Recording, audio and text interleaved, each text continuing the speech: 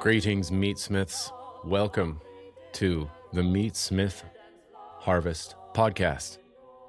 This is the podcast where we talk about all the things and where I try to not spiral into an infinite horizon of philosophy and keep things anchored in the reality of the salutary curing of bacon.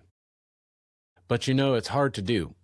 It's hard to do because, excuse me, bacon is a thing that exists in the real world.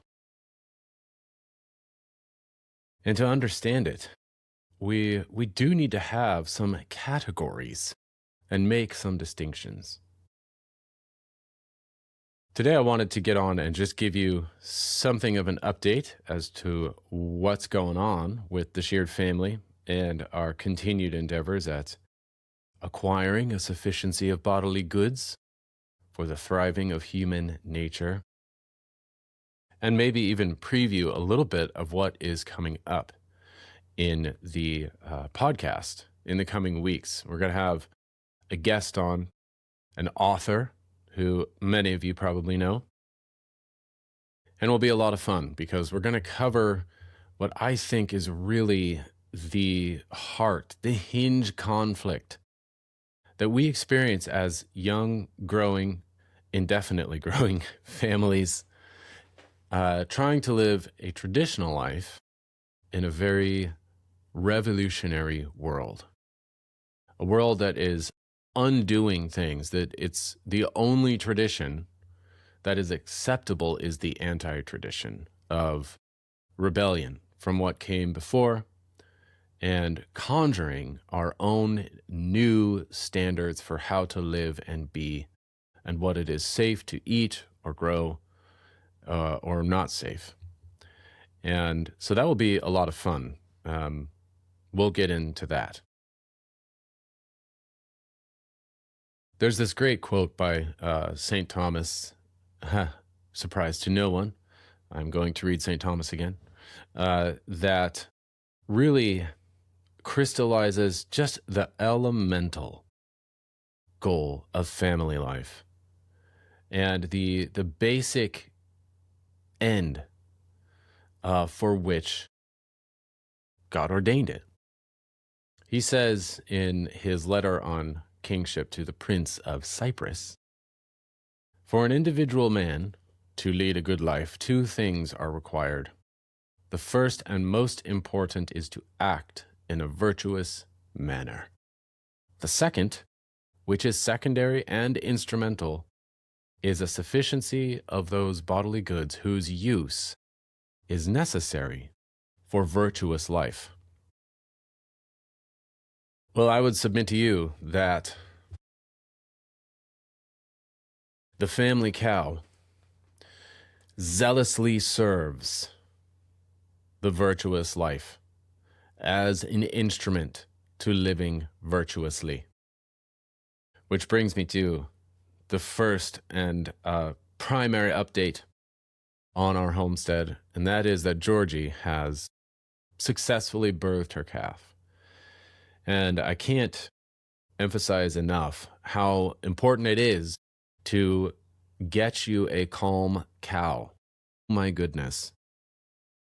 A myriad of chaos and disaster is avoided by simply having a tranquil beast. So if you want to get a family cow, which I highly recommend as your start-up homestead animal, your primary criteria, number one priority, beyond milk production, more important than even how well they do on grass or if they need grain to produce a lot of milk,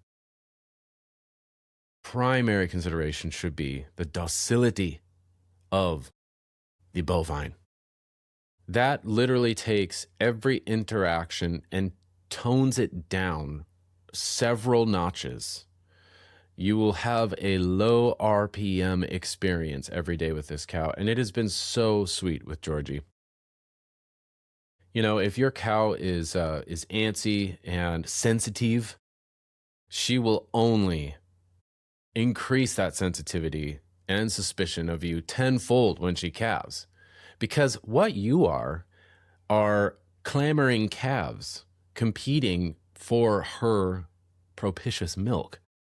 And she is, by nature, creating that milk for her bovine calf, not for her bipedal calves. And so she's going to be sensitive to you. And to add stress to the situation, she's also going to have an engorged udder.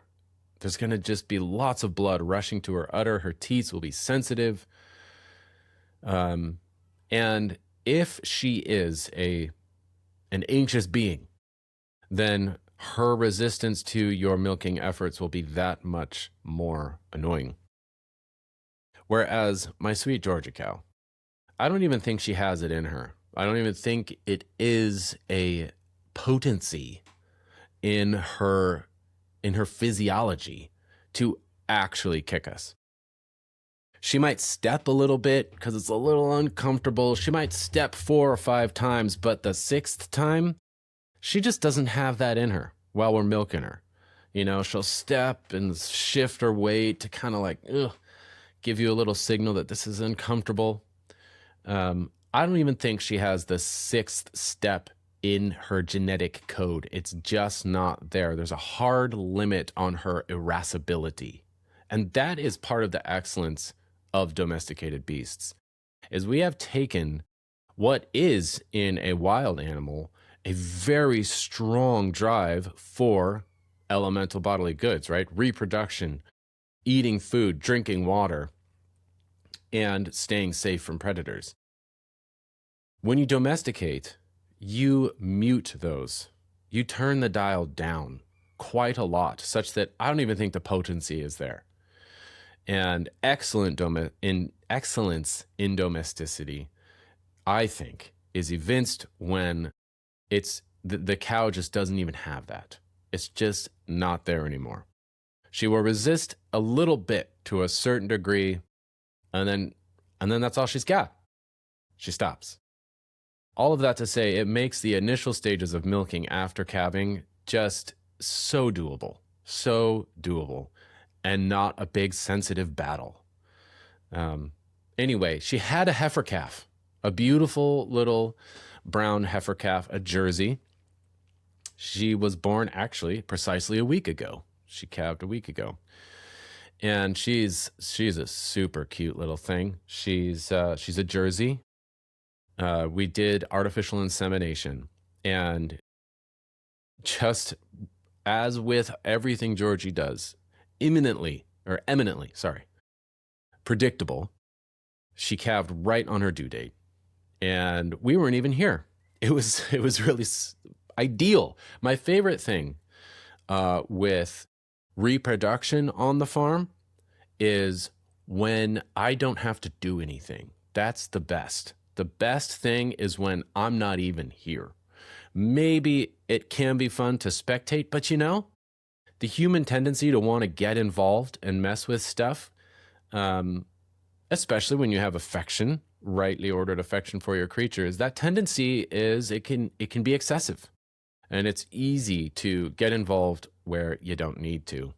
And so I actually relish not being here.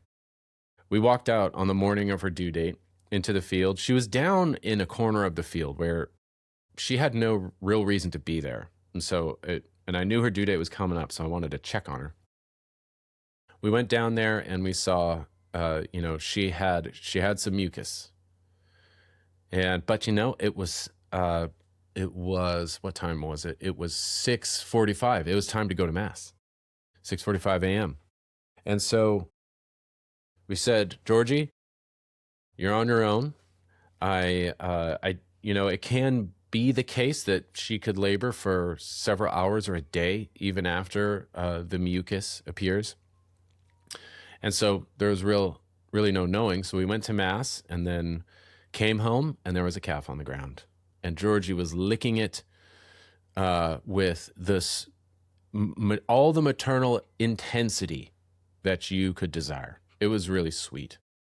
And the little calf staggered to its feet within an hour, and was nursing within, I would say, about 4 hours.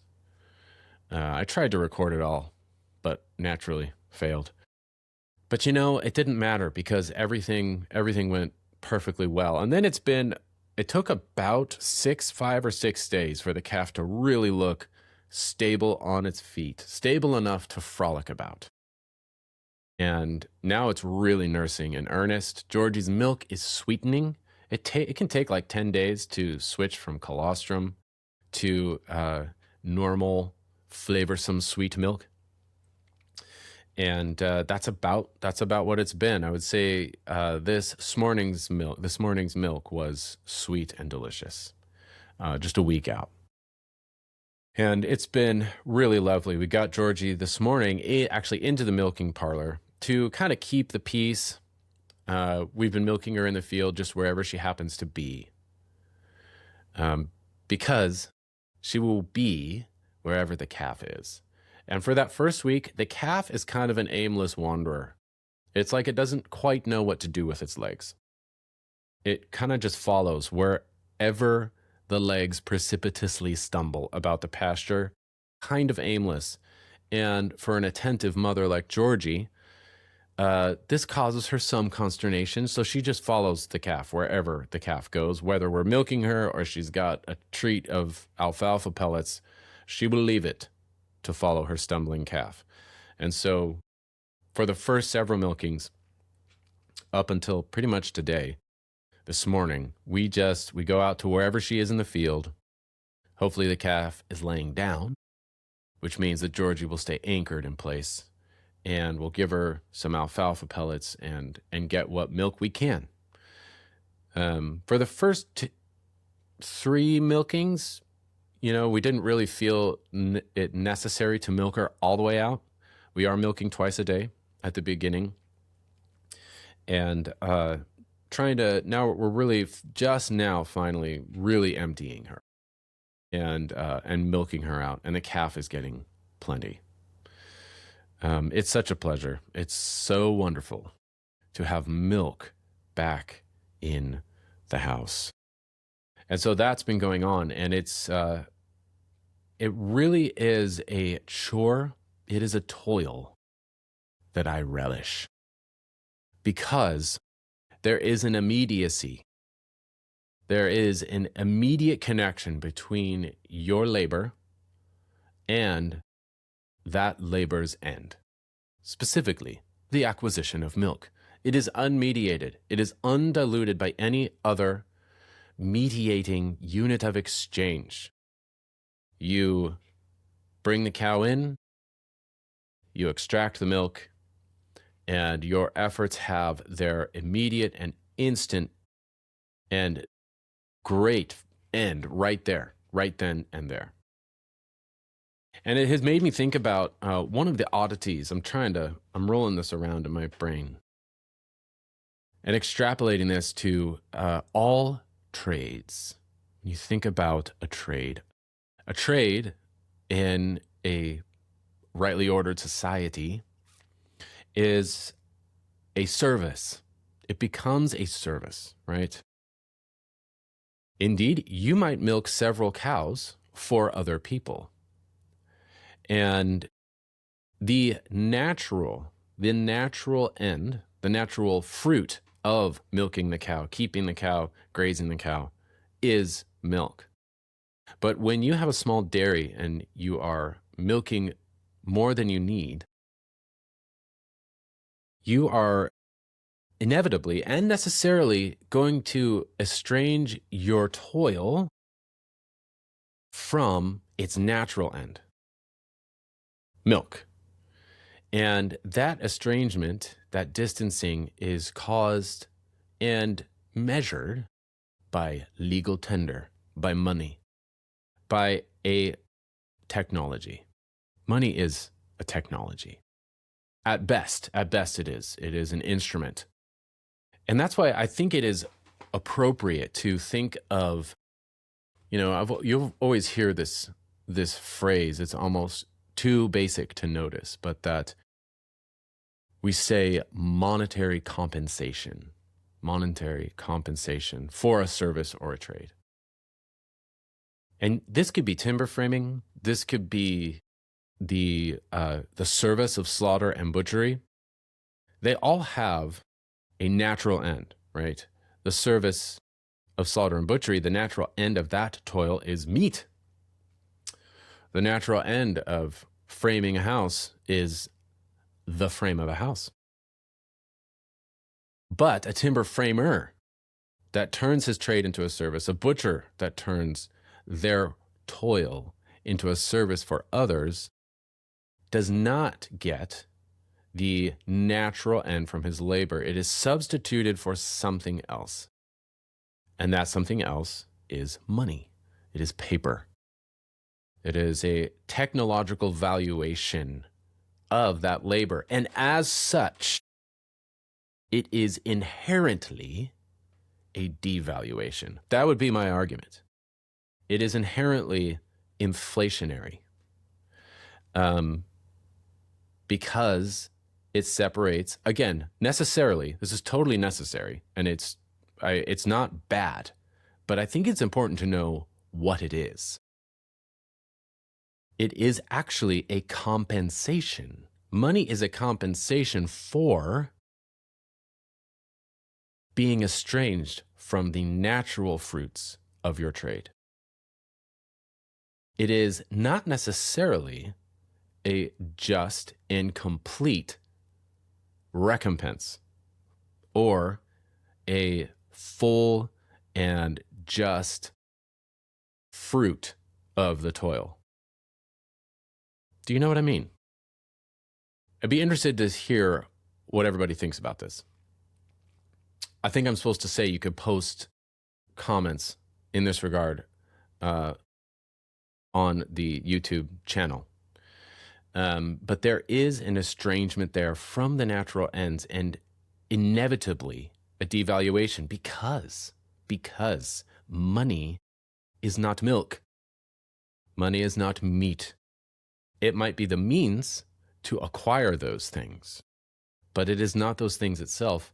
Ergo, 'tis in some way a devaluation. And I think it is important to know this. It is important to know this and to thereby imbue our economy, our exchanges with our chuthers, as my 5-year-old used to say, but grew out of it very quickly when I started repeating it, our chuthers. It is important to have tokens that express this devaluation, that express, you know who actually talks about this is Wendell Berry. And I heard this from the essay in a book that we're going to cover in a couple weeks when I interview the author. He brought this up, Wendell Berry, that there is an awkwardness in rural communities that are tight, where everyone is producing a good, right? Everyone is farming in some way, more of a subsistence economy that is full of trade and barter. And maybe you have experienced this. Maybe you have experienced this as if you are a tradesperson. There is a discomfort. There is a when you have to ask for money. Why is that? I mean, come on. That is actually the most challenging element of any business I have ever conducted. I'll slaughter 4 pigs in a day and do it artfully and beautifully, and I will sweat and I will bleed to make that happen. But then when it comes to writing up the invoice, your chest tightens. Your blood pressure increases. Maybe it's just me. I know some of you more skilled at business than me don't find it awkward or uncomfortable at all. But there is a inherent discomfort of asking for money. And I'm even for a duly rendered service, right? It's weird. Why do we have that? And I remember this even appears in To Kill a Mockingbird by Harper Lee. Atticus. Atticus does some legal work, because he's a lawyer, for a neighbor, for a farmer. Now, the farmer, guess what the farmer doesn't have? Money. He's got none of it. But he has produce. And, this was a time when that was sort of possible. Very difficult to live in that way. And so this farmer, in exchange for Atticus's services, would deliver anonymously. He would seek to be discreet, to conceal, to be unnoticed when he delivered payment for Atticus's services. And in this case, the payment was vegetables. It was the produce of the farm. And he describes Atticus. Oh, I got to look this up now. I didn't really think I was going to talk about this. Anyway, I'll have to find it. Of course, Scout, being an inquisitive little girl who is so good at eliciting perennial wisdom from her noble father, Atticus, asks him, because I think she tries to speak with the farmer. She says hello to him and how are you doing? And he's kind of quick, and he leaves. He's not going to stand there and talk. And Atticus has to describe to her why there is some. It's not a shame, but it is an awkwardness, in the sense that the produce is so valuable, right? There's a way in which it's infinitely valuable. To value it at all by some instrumental technology like money is to, in the very act, devalue the produce. And this man felt this, and that's why he tried to just stay discreet and pay in gratitude to Atticus and then go. I think this also comes out in the Old Testament and in some of our interesting economic traditions. I mean, I really think that in an economy, we always, if we are tethered to the natural order in any way, we feel a sort of deficiency, a sort of, what is it? It's almost like a secularization of the value that is the toil of another human being. We feel it, and I think this evinces itself in many ways in our society. One of them is tips. We give tips. As a service provider, I've received tips, and they are extremely generous.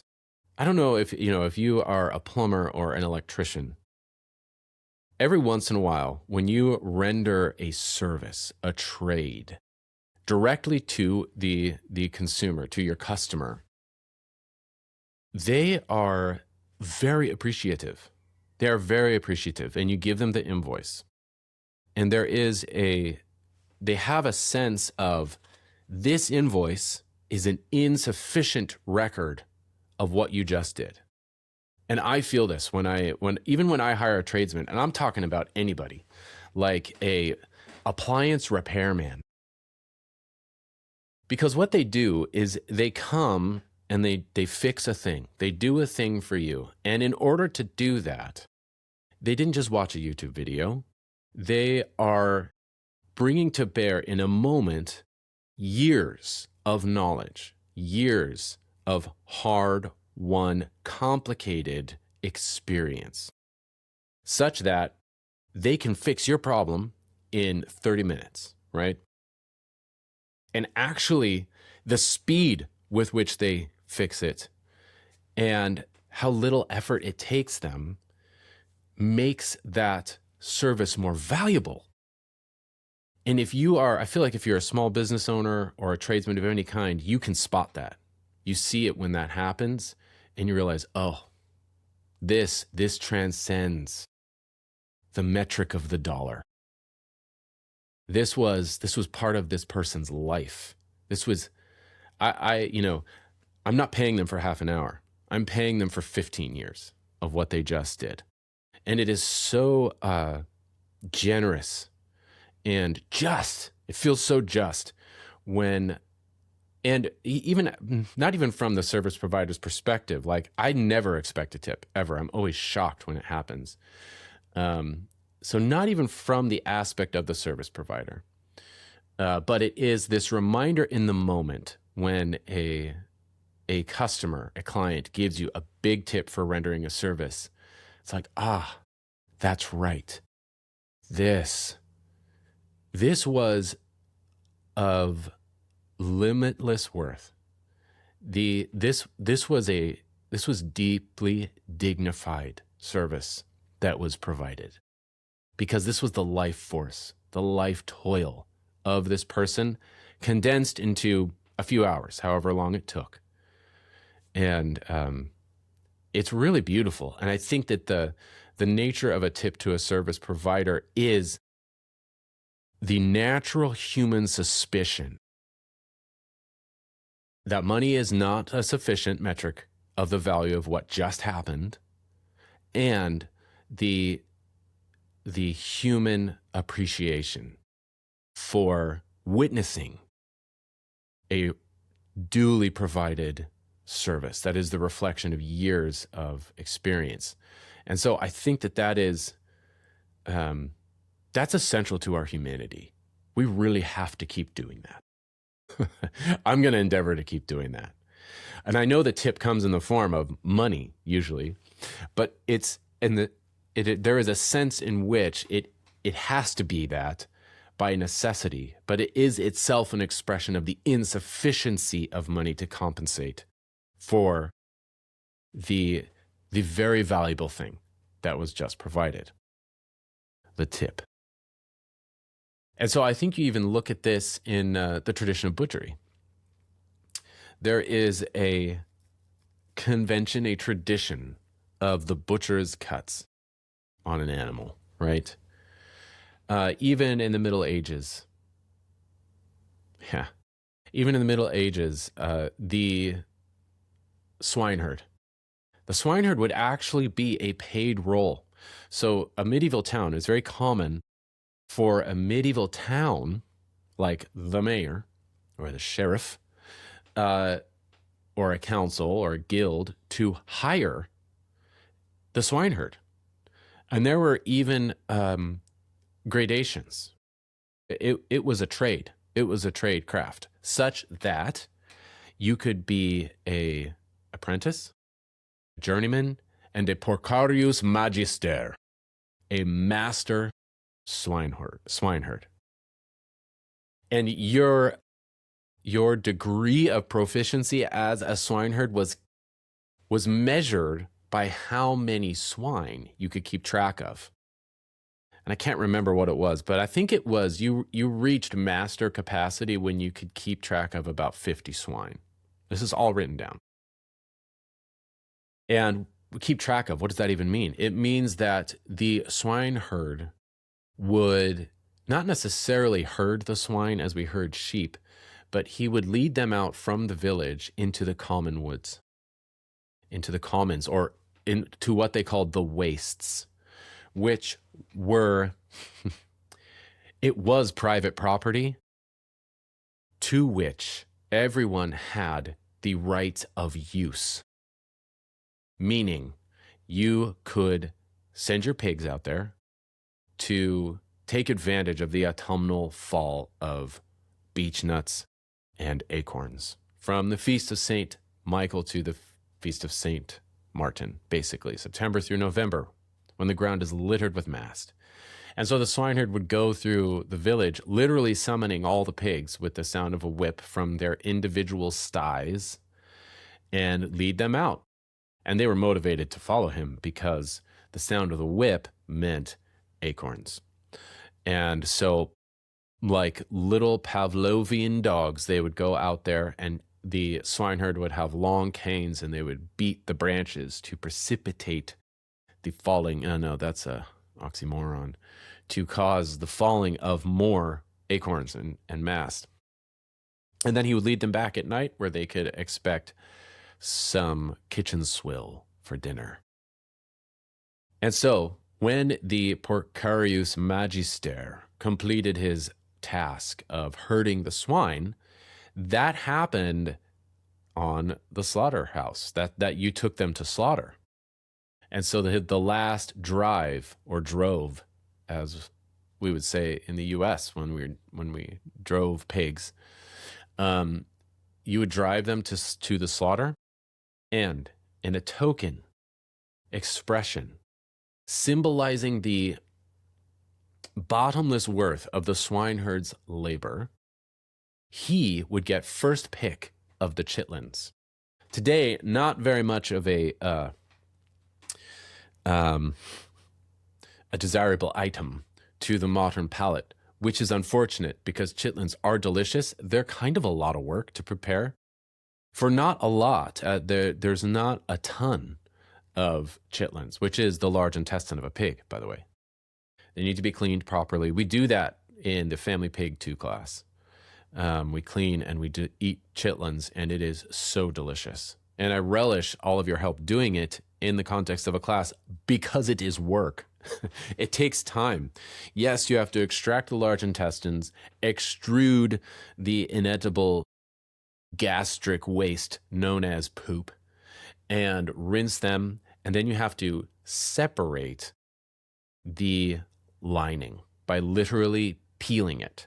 And you can scarcely tell the difference between the inner and the outer lining of the large intestine. It takes some practice, but once you get it, it peels with relative ease. And then you take the lining that is less opaque and fatty. It has a dim lace pattern in it. It's actually kind of pretty, oddly. And you take it and rinse it again in your kitchen sink. And then you let it soak overnight in some water and vinegar, or like Italian dressing will work great. Some acidulated water. And then the next day you simmer it for a couple hours in a bouillon, which is like stock with some milk and bay leaf. And you could do your carrots, onions, and celery. And it's actually incredibly delicious. We like to take it out of that bouillon and then fry it hot and fast with some fried rice. And then you get this dirty rice, this flavored rice. Maybe we shouldn't call it dirty rice. That's sort of unappetizing considering the chitlins' origin. But it's really delicious. It's ridiculously delicious. And it stretches the wonderful savoriness of the chitlins throughout a larger meal throughout the rice. Because there's not a lot of them. There's fewness and truth in chitlins on one pig. And so in a gesture to the value of the swineherd's labor, it was considered just that he would get first pick of the chitlins. So he got to stay there while they were killing the pigs. And I don't know on what basis he decided, I want those chitlins and not those. I have no idea. Or as they would say in, medieval English, the chitterlings. And he would take those home. And he got first pick of something else too. It was some other offal. Of course, that was always the prize thing. It was either the liver or something. Can't remember. And then another example of this is, of course, you've probably heard of the skirt and hanger steaks. So the muscles of the diaphragm of a quadruped. The diaphragm separates the chest cavity from where the bulk of the viscera, the digestive tract, is. And they basically the diaphragm frames the end of the ribs. But the diaphragm has to expand and contract in order to help the animal breathe. And so there are muscles in it, and they are thin and little. They are not big muscles, and they are sheathed on both sides in silver skin or fascia. And as the butcher would go in, for his trouble as the one going in to the carcass, it seemed just that he should get the butcher's cuts, namely the hanger steak and the skirt steaks. Those are the muscles of the diaphragm. They're little. Again, this is more of a token, right? It's not like he takes half the meat or something in payment for his trade. No, he takes money. He probably, not because the customer is lacks generosity, but because he needs it. He actually needs money more than meat. And yet, unfortunately, and that is only increasingly the case, as a butcher myself, I can tell you this is true. He needs money more than meat. Nonetheless, it is important as a gesture to the natural end of his labor that he take some flesh, because the natural fruit of the trade of butchery and slaughter is animal flesh. And I think that is true. And I think that is hearkening back to the true end of our toil. And keeping track, keeping a ledger on the relative low value of money compared to flesh.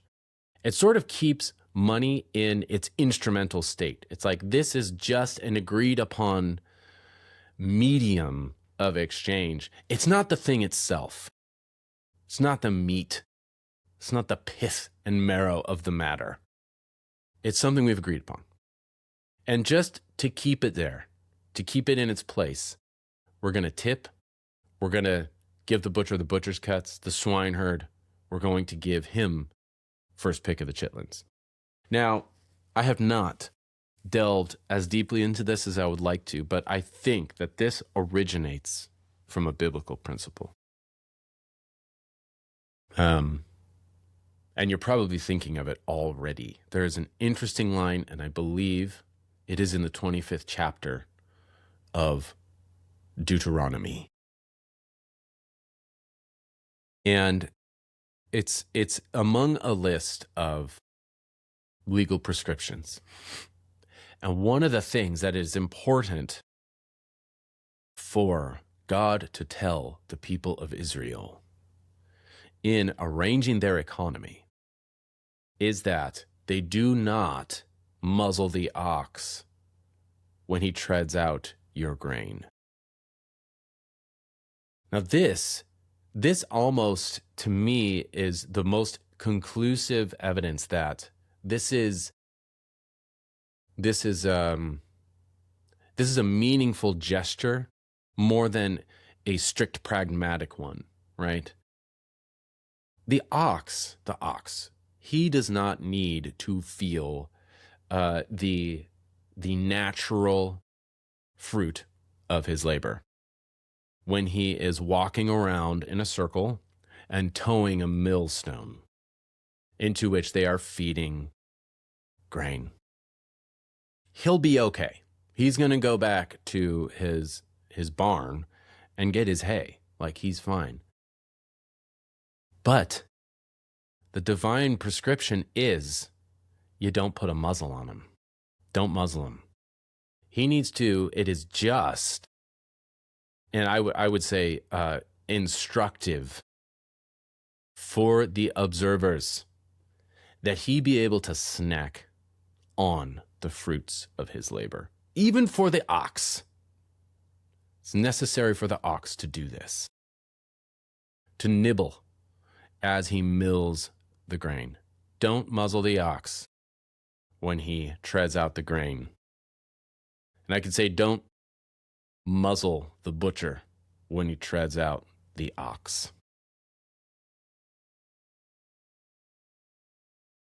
This is something that I've been just thinking about recently as I continue to, experience my ineptitude at making the monies. And on the other end of things, my aptitude at producing the things themselves, the actual results of toil, the direct and immediate, undiluted, unmediated fruits of a trade, specifically butcher.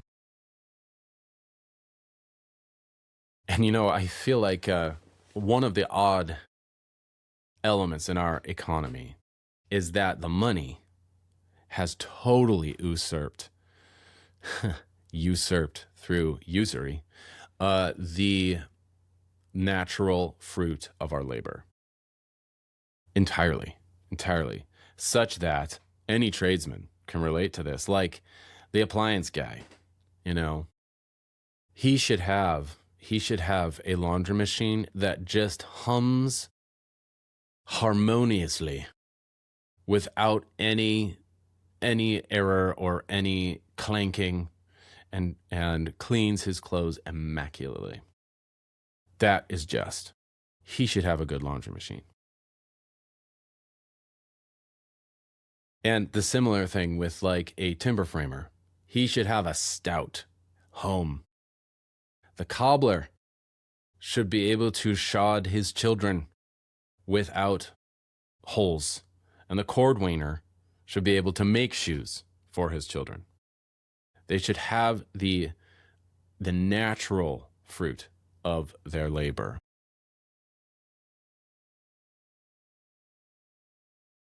And when the medium of exchange usurps the natural fruit of the labor, such that the cordwainer would actually turn down a pair of shoes for money, there is a problem. Something is rotten in the state of Denmark when that happens. There is a disorder in the economy when the need for a useless thing, inherently useless, money, transcends the need for the natural fruit of toil, the natural consequence of our work, of our labor. And I think we're all in that. That is the economy we live in right now. That's where it is. Everything, every system, every good, every bodily good is valued exclusively for its exchange value. I don't like using Marxist terms, but that pathological freak, Karl Marx, I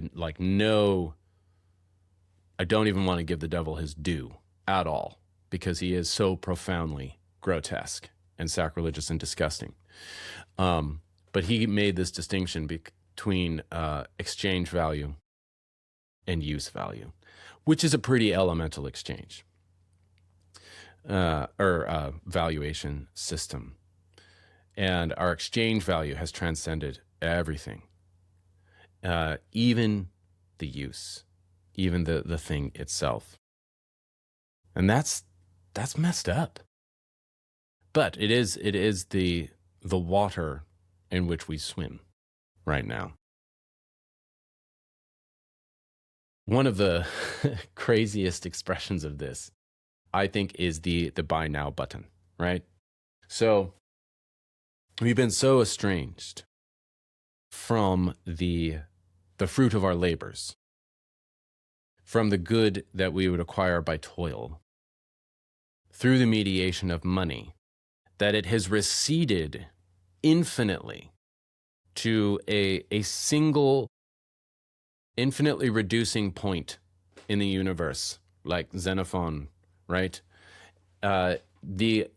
It's reduced all the way down, the moment of exchange, to a click, literally a blip. We used to have to at least add to cart. There was some process. There was some metaphorical obeisance or acknowledgement that we did used to have to handle things, put them in containers, and purchase them from a human. But now we don't even get the add to cart button anymore. You can just buy now. Boink. Literally an infinitesimally small moment in time. Whereas in an economy based on humanity, the exchange was precisely the longest, most prolonged element because it occurred as an intimate feature of relationship, of membership in a community. There is even a virtue, I think, of trade and barter. This is something that I experienced when I did a lot of farmers markets. And the thing that you have to have if you're going to trade or barter, so a more direct exchange of the fruits of your labor rather than a mediated one through the metric of legal tender, if you're going to do this barter, you have to have a thing that you don't need to have with money. And that is mutual trust. You are the expert in the production of your thing. You have to value it properly relative to your neighbor's production of another thing. And that is a complicated web of value and trust that does not occur in a vacuum. That is the function of relationship and personal connection and trust and mutual dependency. And you would always experience this. And if you do farmers markets now, maybe you experience this. But I hope this is still a feature. As I get older, I'm finding things are dying. Like all the things that I think are still happening that were a part of my life, they are going extinct. They're not things anymore. It's kind of weird. I hope this is not one of them. But at the close of a farmer's market, whether you're selling vegetables, foie gras, bacon, whatever, the bell rings, market's closed, vendors turn from the customer to their neighboring vendor, and you would engage in trade. And this is complicated. This trade is complicated. You're going through the whole day, right, of selling your wares, selling your vegetables or your bacon to customers for legal tender. But then you turn to your neighbor, your fellow producer, and you trade with them. You have to extract yourself with effort from a monetized economy to a relationship economy. And that it's real. It's like a complete brain shift. We are totally changing the program here. I would say it's almost like a difference in kind and not just degree. Like it's a completely different deal, a completely different way to think. Suddenly, a bajillion other factors come into play. Among them, like here's an example. In Western Washington, depending on where you live, it was too cold to grow enormous tomatoes for, any time of year. But definitely there was maybe a very short season in Western Washington where you could do hothouse vegetables, right? Where you could do your tomatoes and eggplants and peppers and stuff. But you just go over the mountains. No one just goes over the mountains. You go over the pass and you drive several hours. To the east, you get into a semi-arid desert climate where you can grow hothouse fruit, not even in a hothouse, all day, and it ripes. And it's beautiful, so much better than the stuff you can grow west of the mountains. So the valuation of those tomatoes was very interesting because to the consumer, to the customer coming up to the stall, I can't even remember how much they were, but like a little bag of tomatoes, 4 or 5 giant heirloom tomatoes, easily $25. Yeah, very expensive. Accident of having to be produced on the other side of the Cascade Mountain range. And tomatoes are highly finicky crops, right? They had to be rightly pruned and everything and nourished because the other thing about Eastern Washington is that it doesn't rain. Unlike Western Washington, where it does nothing but. And so Those tomatoes were very expensive. But guess what changed immediately at the ring of the closing bell? Those tomatoes lost all of their monetary value. They were super ripe. They were vine ripened.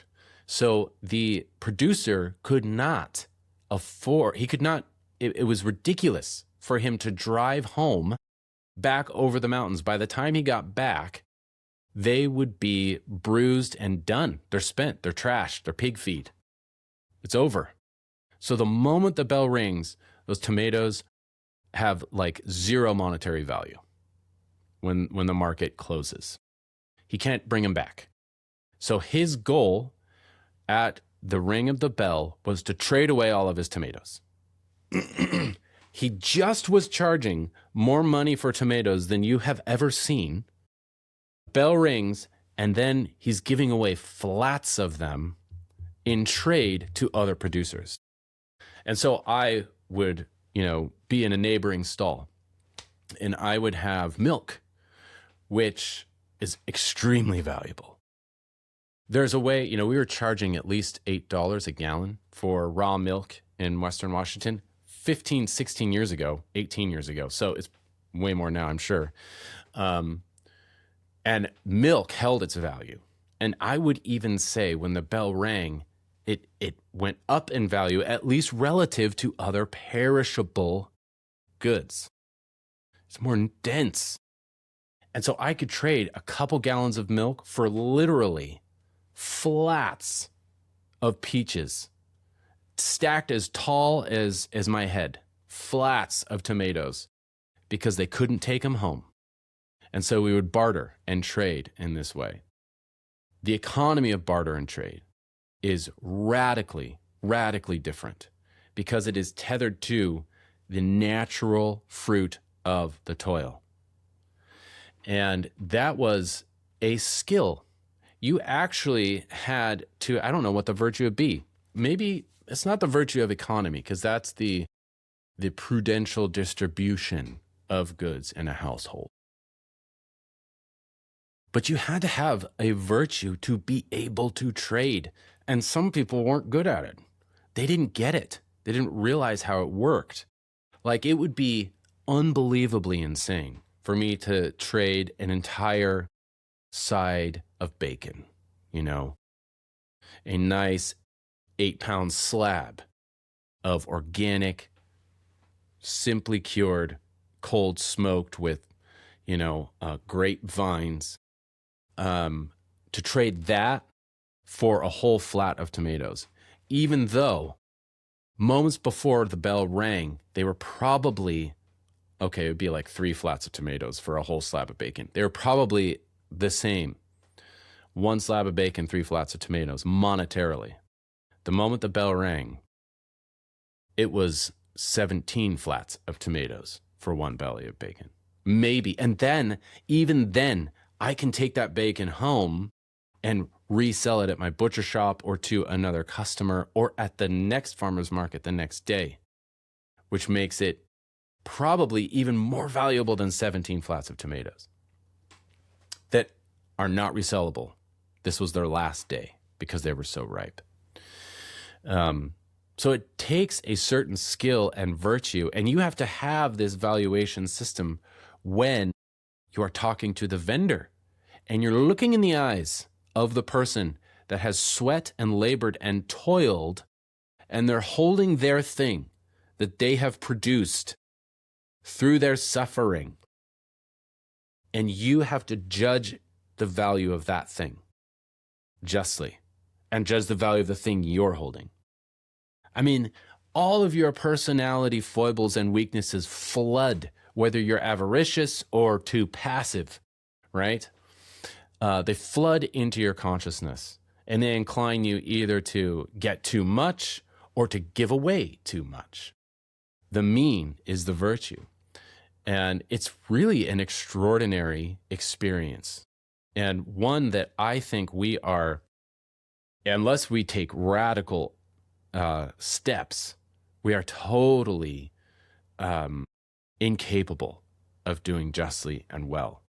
We can't just say, hey, let's just return to a barter economy. It's like, we don't know how.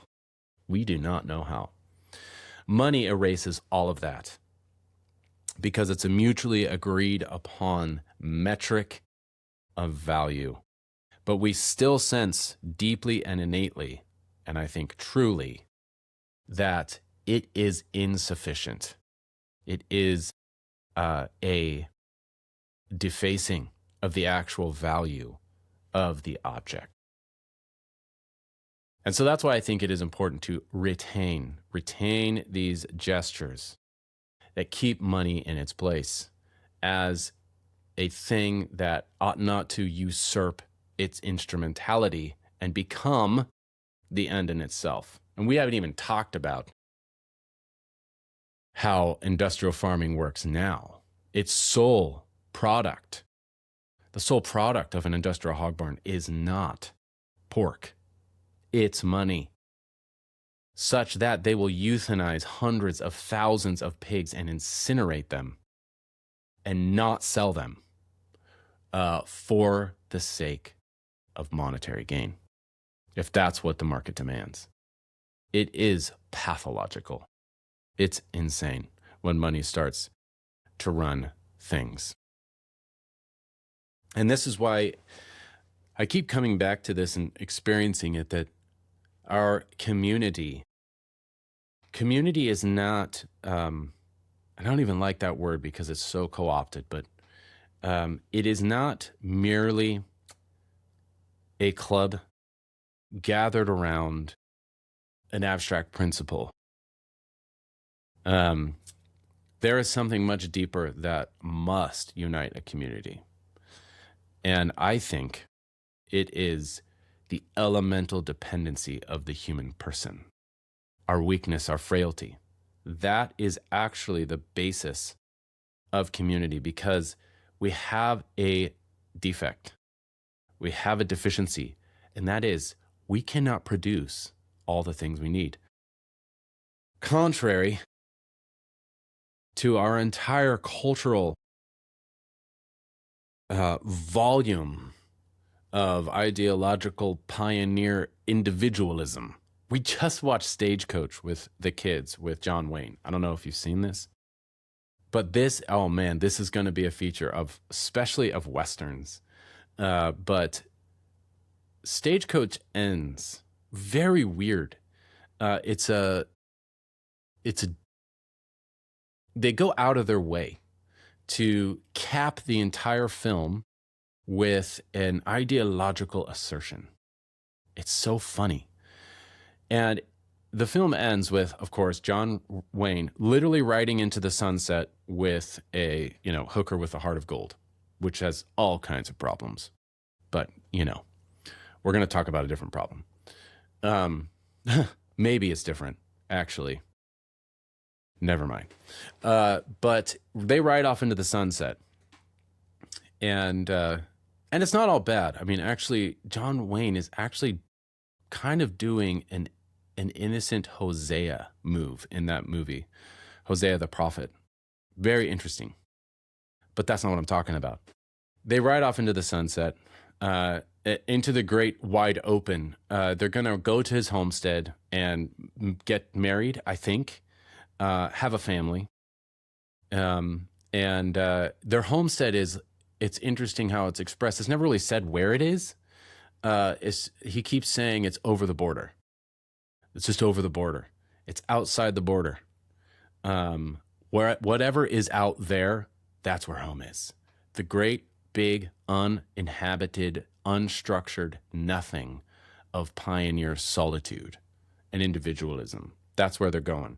And as they're riding out into the sunset, the people that sort of aided them and helped them get to that point, they say something like their final call is, they say, enjoy escaping the blessings of civilization. Blessings of civilization. They actually encourage them. And it is this great, positive battle cry of independence that they are leaving the blessings of civilization. Of course, blessings of civilization is ironically uttered.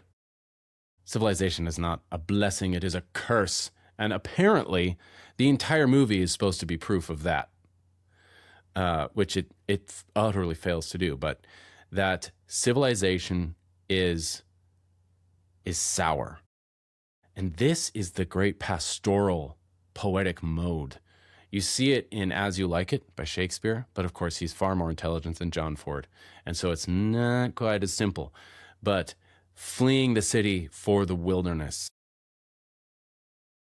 And usually because the city has gotten rotten. But that's where they're going. And it's just received as a good. It's just a good thing to leave the community, to leave the civilization, and go out there and be totally independent from all other humans. And this is a grave error. This is wrong. That's not only is it imprudent, it is not in our nature. In fact, we act a little more like beasts if we do that. Although even the beasts know that you need a herd, a flock, a sounder, a heronry,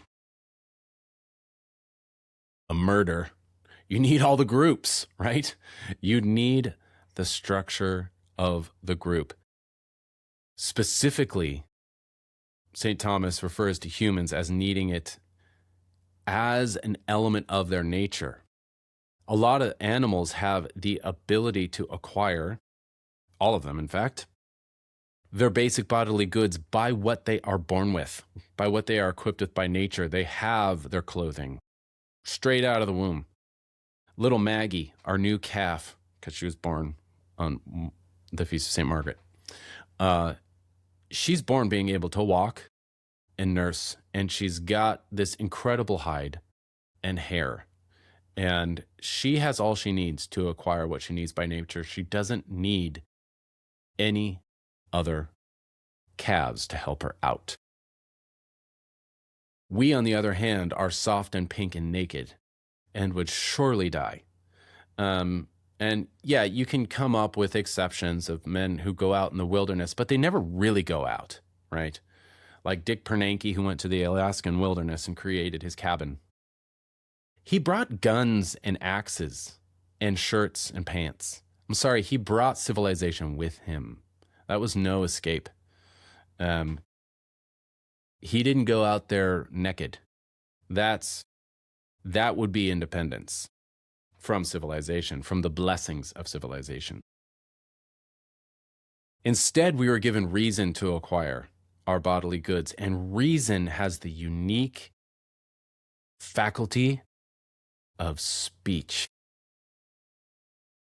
And reason, speech is an instrument. It is an instrument just like reason creates an axe to fell a tree. Speech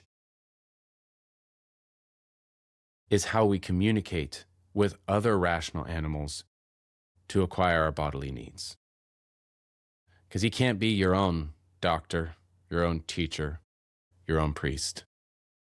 You can't fulfill all of your needs with what you have straight from birth. You must use your reason and communicate. You can't fulfill all your needs by yourself, is what I meant to say. And so speech is given to us so that we can cooperate with each other in supplying our needs. This is rooted in our elemental nature, totally elemental. And it is as simple as it sounds. That is one of the things that I look forward to talking about when we get Jason Craig on here. And it'll be a lot of fun because he has written a great article about remembering, Wendellberry and the remembering of communities. And I'm going to have him on in a couple weeks, and right around the birth of our 10th baby, actually. And it'll be fun because he's thought deeply about this. And so is Wendellberry, whom he exposits, talking about the elemental need of this economic foundation of community. And I even think it's really evinced beautifully in the medieval seigneurial system. I won't talk much longer about this, but when you look at medieval society, it's so easy for us to quickly judge it because we're revolutionary egalitarians as a bad deal for the peasant, right? The peasant was basically weak, and therefore he had to serve the Lord, or the baron, or whatever nobility who he was under. He was too weak to defend himself, and too weak to assert his rights. And the baron was just too dang powerful. And that's why we had hierarchy in society. And that is exactly baloney. It's exactly false. Think about life before technology. Technology has replaced the necessity of a hierarchical society. Technology is an egalitarianizing force. It's weird. It makes everyone subservient nobility. It's a weird thing. Instead of opening a valve and taking a bath, for example, you had to have other people in your household to make a bath happen. They had to bring up the barrel, which they had to keep sealed so that it wouldn't open and rot. Then they had to heat the water with wood and carry it up to your bedchamber and help you bathe. And then they had to lug it all out and dump it outside. And then they had to do it for each other, and you had to supply them with the water, the soap, the goods of the body so that they could bathe. And yes, peasants bathed, contrary to every modern movie. Lord of the Rings is particularly terrible at this. They were not walking around with dirt on their face. Come on. They bathed all the time. And it was a ton of work to bathe and required a community, right? It takes a village to take a bath in the medieval world. And your face was not constantly besmeared by brown dirt. Even though that's how they all looked in Rohan and Minas Tirith in Peter Jackson's Lord of the Rings. And every peasant in every film, they're just like Monty Python actually made fun of that. That was pretty funny. Dirty peasants. Anyway, they weren't dirty. They bathed all the time. And it was all the more difficult to bathe, such that we could say they were much more concerned about cleanliness than we are, who can strut into a private room, turn on precisely calibrated warm water from an overhead waterfall, and bathe ourselves. So that complicated element, and you can of bathing, just multiply that across all society, and I think in every domain of human life, and supplying the basic bodily goods, and you will see that hierarchy is totally necessary, just like management in a business is totally necessary. Every single elemental bodily task took a team of people. They had to coordinate and they had to serve each other. Now, we think that we're so egalitarian just because we don't have to oppress. No, because we can oppress our hot water heaters thoughtlessly, and they don't react. They just deliver hot water. We don't really communicate with the people that made the hot water heater. We have just, again, outsourced our oppression to less personal domain. We don't see them, so we don't have to deal with them, because we don't actually have an economy that is based on mutual relationship and grounded in dependency. Even medieval agriculture followed the same exact pattern with the 3-field system of seigneurial agriculture, which we'll probably talk about next time, if I remember. Which I probably will, because I think about it all the time. But thank you for listening to this extended 70-minute rant on the devaluing value of money. We'll have Jason Craig on in a couple weeks, and that'll be great. We just sold out the Family Pig class. Thanks be to God, that class is full. The April 16th, 17th, and 18th class is full. If you would like to engage in more gestures of reverential regard for the true value of your labor, by simply being able to have your cake and eat it, you should consider joining the Meatsmith membership and remove the mediator between you and your pork, you and your milk. In the Meatsmith membership, I have over 70 instructional films, and we help people to raise, kill, and harvest all of their pigs, all of their livestock, without diluting the harvest in any way or losing any of it. And leaving the whole exchange with nature's abundance free of monetary dilution. That is in the Meatsmith membership. You can go to farmsteadmeatsmith.com and sign up there. It is also a great way to support us. As many of you know, we are moving. We are moving, not ironically, to also remove the monetary mediation between us and our very land, our homestead. I am moving in order to eliminate the mortgage. That's what's happening right now. We're packing the house. Today, we're cleaning the barn with the boys, which is a major task because it's a fancy pants horse barn, and we've been raising pigs and cows in it. And so we're sprucing it up for the more sensitive equine habitants that are likely to take up residence there. And so if you would like to support us and help us out, and many of you do, by the way, speaking of tips, you could sign up for the Meatsmith membership.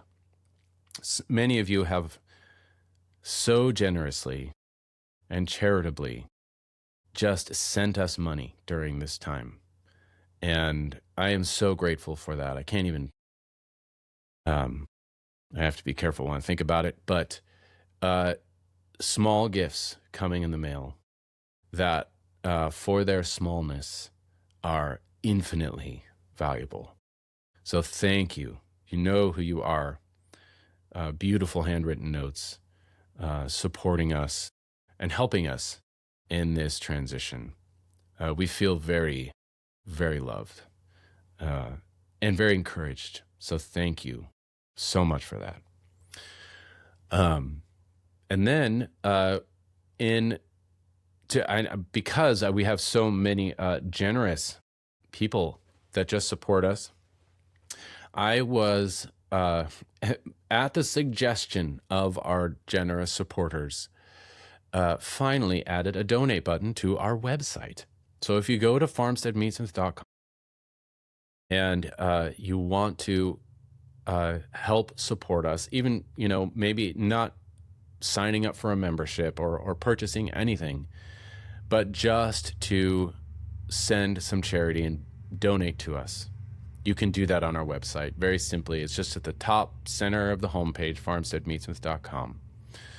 And I thank you for that, especially for your support and your prayers.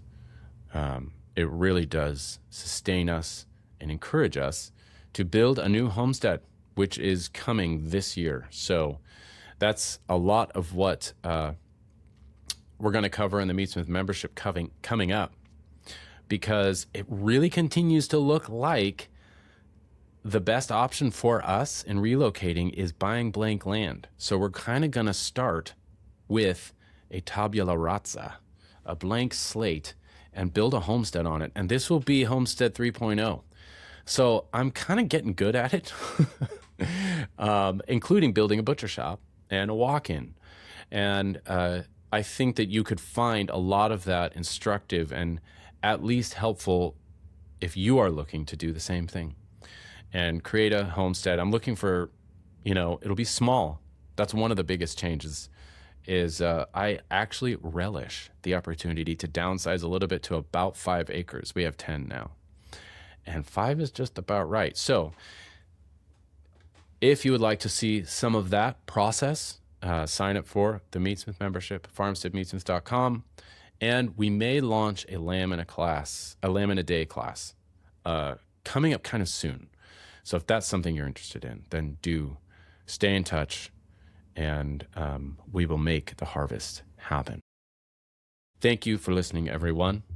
We will do this again very shortly. Bye-bye. The hunt is up, the hunt